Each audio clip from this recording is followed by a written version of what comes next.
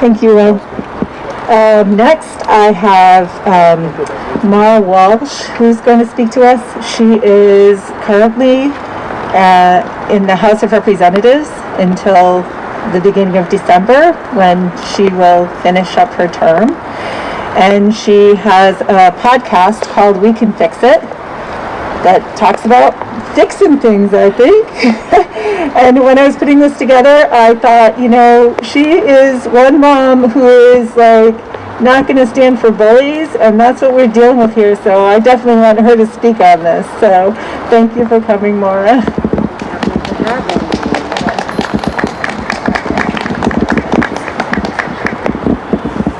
So safe. I like the wipe down of the mic in between. So I had prepared some things to say, but it's raining and everybody looks very wet, and let's get this over really quick. Mr. Rogers says that in a crisis situation, look for the helpers and look around. The helpers are here. Democracy is a team sport. Not once every 2 years, not once every 4 years. And as a soon-to-be former elected official, I will tell you, the people in this marble dome work for you. You are their bosses. And as such, your responsibilities do not stop on the day that you hire them. If your employees at the State House are not fulfilling the job that you sent them there to do, I suggest you start looking for their replacements now.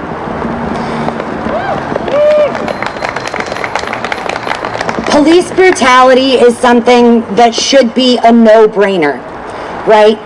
So we need to be calling our city councilors who are in charge of the police budget and telling them that we no longer want our hard-earned money to be poured into a corrupt system that criminalizes black and brown skin.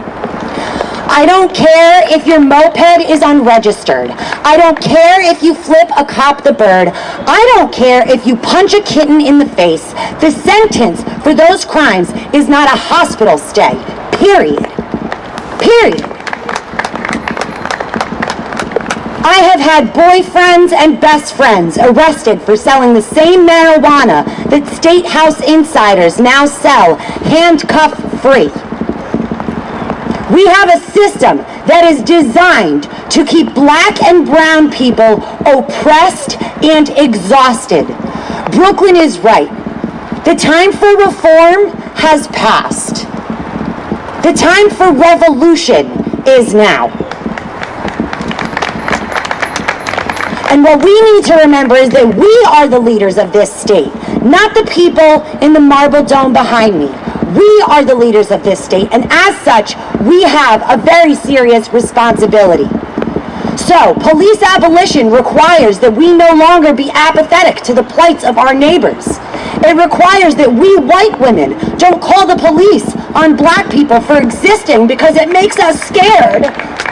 It demands that we look at our neighbors who are struggling to feed their families, and instead of look at them with judgment in our eyes and hate in our hearts, to help them in a way that is actually beneficial and not just performative. Protests are great. Protests are wonderful.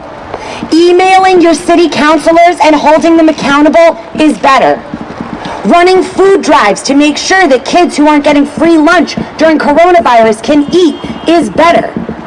It is good for us to be theoretically together on this. It is better for us to tangibly right the wrongs that have been committed against our black and brown neighbors for far too long. The time is now, and nobody is going to do it but us.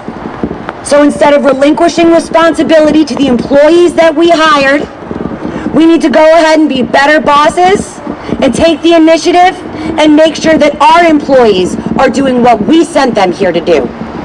Thank you, Catherine, for organizing this event.